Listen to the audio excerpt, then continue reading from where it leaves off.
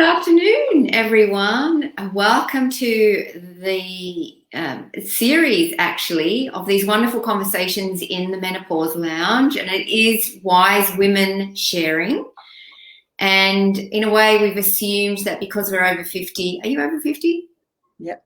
Don't assume, but we've assumed because we're over 50 that we have this wisdom, and I think it's an accurate assumption because we've been around the block a few times, and that qualifies.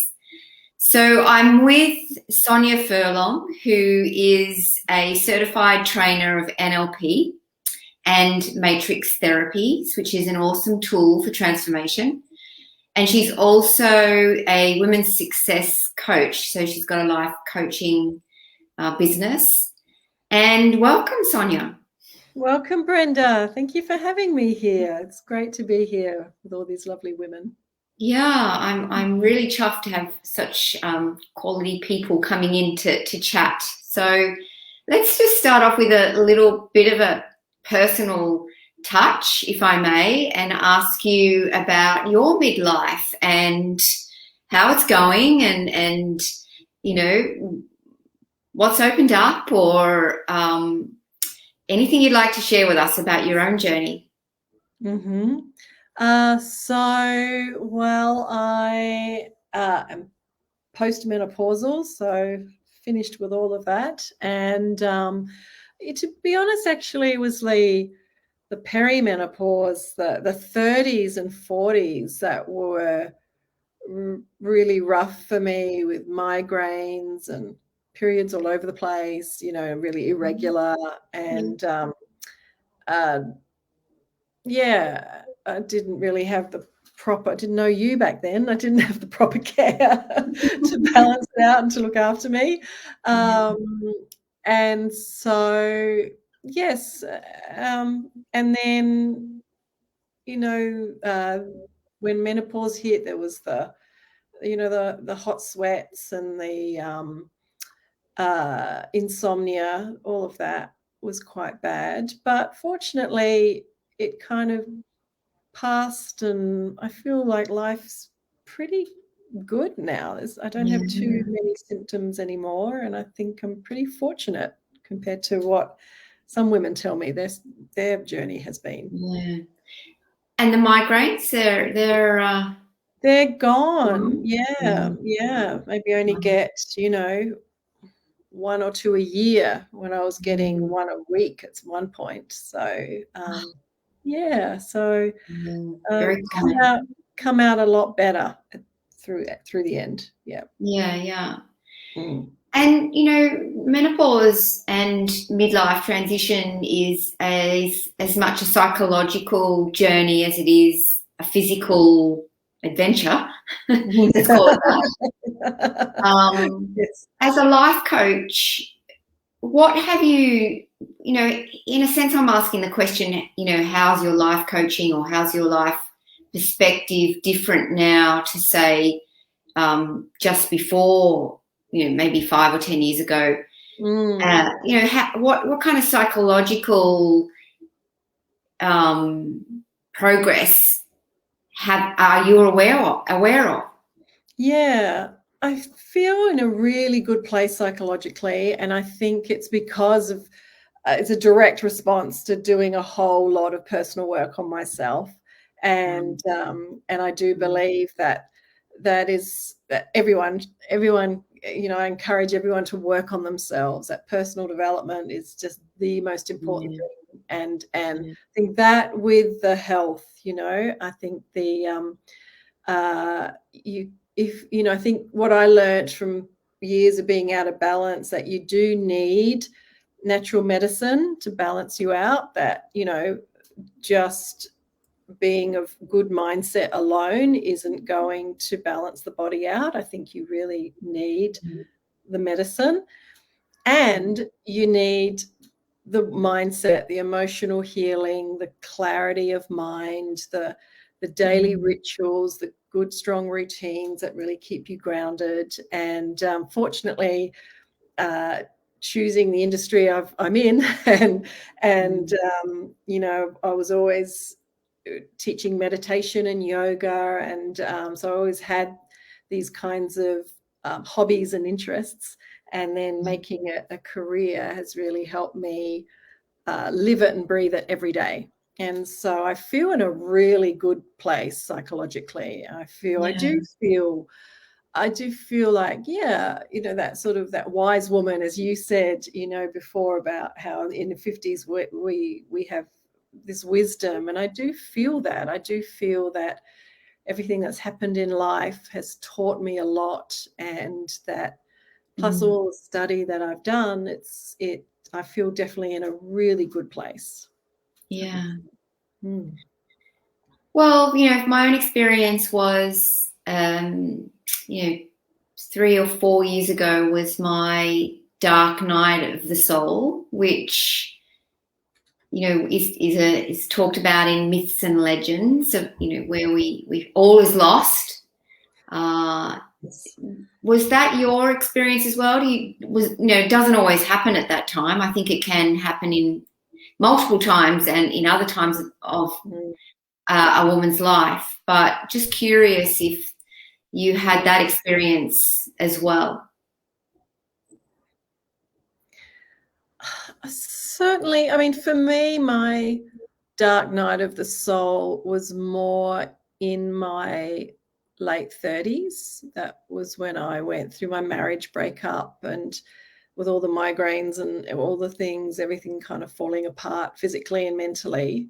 And I didn't have the personal development tools that I have now. So I was really just tossed around with life. You know, I had the meditation, which was a beautiful rock, but I certainly needed a lot of tools to get through that phase of my life. And I had some beautiful mentors and life coaches at that time, which is why I actually became a life coach, because of these great mentors who got me through the dark night of my soul. But certainly a few years ago, when you know, I was right in the menopause, you know, just, yeah, the body changing and feeling different about my body. There was a little bit of,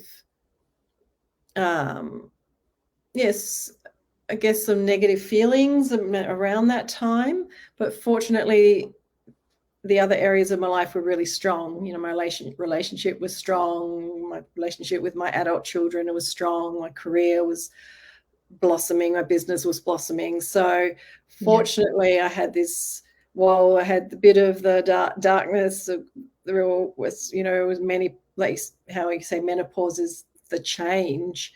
There is, there's this real change, and it's kind of, you really have to say goodbye to some of the old parts of you. Yes. And there's a little bit of grief as you go through that. And then you start this new phase, which once you step into in its full glory, it's very exciting, and you've got this wonderful perspective and wisdom. So yes, there was that transition, definitely. Fortunately, I had a really lovely support network in my life at that time to not make it too dark. You know, there was still lights on during that time, so which is good. And you raised a point which I wanted to get you to elaborate on as a life from a life coach perspective, because often in life coaching you're helping people course correct back to their alignment, soul alignment, purpose, that kind of thing. And I want my own experience as a naturopath working in this space is that there's often a desire for women to come to these healing modalities, whether it's Reiki or NLP or herbs or nutrition. Do you find that as well in coaching people through career change, or is that just my bias that I'm seeing? No, 100%. And it does seem more than ever, I think that women are really coming to a point, and it can happen younger, but it is often in that sort of 40s, 50s, where they're like, they want a life more in alignment with their values. Like, they know themselves on such a deeper level, and they want a career or interests that align with their deep intuitive interests. And so they are very attracted to wanting to study either NLP, matrix therapies, hypnotherapy, meditation. They're wanting to bring all this wisdom into their life because they have a keen interest in it. So yeah, 100%. People are really tuned in, I think, these days. I think there's much more of a groundswell of people being very tuned in, that there's a lot more to life than just the basics and just the materialistic things, or just do the corporate job that you hate, or just bring up the kids and that's all there is. There's women know there's something much deeper, and they seek it out, which is wonderful. It's a wonderful awareness that's around now. Yes, there is. And I wonder if I sense some powers in resistance to that, or what that movement of women empowering themselves. I don't know if you do the same,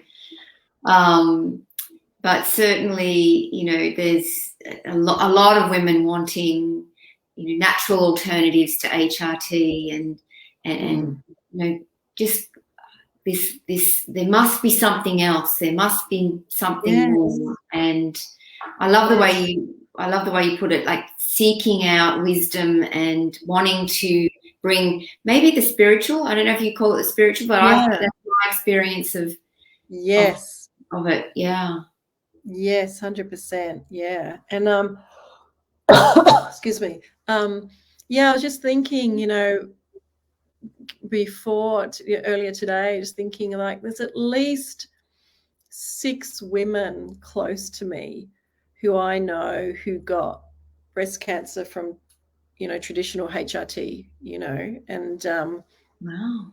Yeah. And so it's good that women are looking for other alternatives, because there are other answers out there. We don't just have to go down the conventional route. We can actually seek out natural ways. I was talking to someone from South Africa, and she was saying she was having troubles with her health, and I said, is there a naturopath in your area? And she's like, oh, we don't have access to naturopaths, here in this town. I'm like, wow, we're so fortunate here in Australia that we can access all these alternative natural processes and modalities. So we're lucky here. Yeah. Well, my own experience, having been in this field for 30 years, it's kind of my life. And, over the years, I've dedicated myself to recycling and composting and growing some veggies and growing herbs and studying herbal teas. And it's really a big part of my life. And I feel now in my 50s, this stronger drive to teach others, because of the difference that it would make on a bigger scale if more women were doing these kinds of things for the environment and all the rest of it. And you remind me with your comment on breast cancer that, once we've got the breast cancer, it's not too late, but you don't really want to get to that point, do you, where it, it's life-threatening, when we know that the plastics in the world and the hormone disrupting chemicals in our waterways, and I just have a strong sense that an empowered 50-year-old plus woman, if she really was stepping into her power and really did care because she had this perspective, and then more and more of those women woke up, that we could actually impact what's going on in the world as far as that goes. And because it's not just menopausal women with breast cancer, of course. It's fertility and it's teenagers and it's men as well. Do you find that the fire comes out in midlife women? They want to give back and find their purpose and serve humanity? Yes, very much so. Very much that women are get to that midlife and they want to give back. Yeah, I know that's what happened for me, and I know that's what happened for my clients and my students, is that they come to learn these modalities, they want to give back. They want a career and a work that's in alignment with their values and how they want to work, and actually making a difference and having an impact on others. So 100%. And that's why I actually teach what I do, because, it's like we need more. Like you said, people need to know that there are other ways. And so we got to, there's no sense of scarcity. There can never be enough women out there helping other women. There's never going to be too many. There's always not enough. We need more and more women there with the knowledge helping other women. Well, I think a lot of women struggle to make it a business success, a financial success for themselves, and that's interesting. Yeah, I just spoke about that on the weekend, actually, at a summit where that is very true, that there's the skills, these beautiful modalities, and running a business are two totally different things, and not everyone realizes that. And not everyone has the ability to build a business. Like they might need to be some extra study or extra focus in that area to actually be able to make it a livelihood. So I 100% see that a lot. And I also say, there's a lot of women, like I've got one client, and she works in, she works in corporate. She's also got this love of the spiritual. And she's like, I feel so conflicted. I don't know which one to do. And I'm like, you can do both.